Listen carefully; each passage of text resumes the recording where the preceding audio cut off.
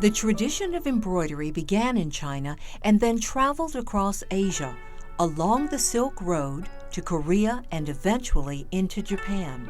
For more than 1,600 years, embroidery remained in isolation, but the generations of deep introspection and designs led to the development of embroidery techniques unique to the Japanese, focusing primarily on religious icons and on the kimono and obi. In 1970, in Togane City, Iwao Saito dedicated his life's work by founding the embroidery school known as the Kurenaikai, devoted only to the most serious students. Becoming a professional stitcher is a 5-year commitment where students develop both their technical expertise and sensitivity towards nature through gardening.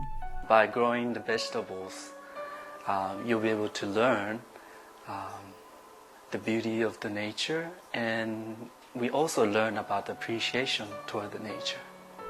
Having served as an apprentice at the Kurenaikai for 19 years, Shuji Tamura was chosen as the successor of Master Iwao. Realizing that embroidery had been kept within Japan for centuries, the new master broke away from tradition, spreading the knowledge and spirit of embroidery outside of his beloved country. So if I don't come to the United States and to share, maybe another 1,000 years, no one may not share, stay in Japan. In 1989, Master Tamura discovered the perfect place for the first international Japanese Embroidery Center just north of Atlanta, Georgia. Here at the center, Nuido, the way of embroidery, is taught. Nui refers to the technical skills and knowledge, while Do refers to the spiritual components of the art of Nuido. The 3 pillars of Nuido are rationality, sensitivity, and spirituality. With embroidery losing its importance because the kimono was rarely being worn, especially in America, Master Tamura began the transformation of embroidery from a handicraft to an art form. Japanese embroidery entails an extensive process: designing, choosing the appropriate silk colors and techniques, and then stitching.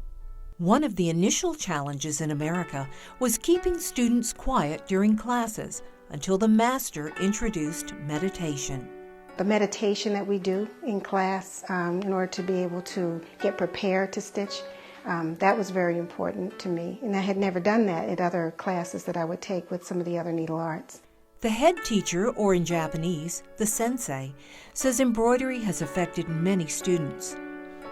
20 years later, we'll see so many people changing their heart. Then as a result, become good stitcher. That's the most interesting thing for me. Over 566 students in 16 countries attend, and Sue Sprake has traveled 6 times from South Africa. It's the love of my life.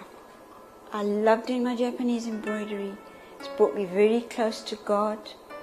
Robert Haven, one of 5 male stitchers at the center, has studied for 6 years. It just drew me in, and it's become more than just technically doing the stitches correctly. There's almost a spiritual connection. Kazumi Sensei says stitching reveals more than the handiwork. My grandfather always said, hands are the exit of spirit, and that whatever that you have in your heart shows up as your embroidery. So that to become a good stitcher is to look back and then improve your heart. Master Tamura once worked in the computer industry and now uses that knowledge in designing patterns and incorporating symbolism and design motifs from around the world. By studying the works of Michelangelo and other great artists, Master Tamura introduces techniques of shadowing, depth, and contour, adding a 3rd dimension to the designs. The center has 61 teachers located around the world and also publishes numerous books and quarterly journals for its members, A teacher in France was so passionate about embroidery, she and her husband translated a basic book. We thought that the first work to help to spread was to have a basic technical book in French. Master Tamura's vision of passing on the culture and heritage of embroidery is becoming a reality. This is a place that I didn't know existed, and I think it's a phenomenal secret that we have here in Atlanta that everyone should be exposed to, not just Japanese Americans, but for everyone. Japanese embroidery has evolved into much more than beautiful precision stitching. Sometimes people say, I changed my life through the Japanese embroidery.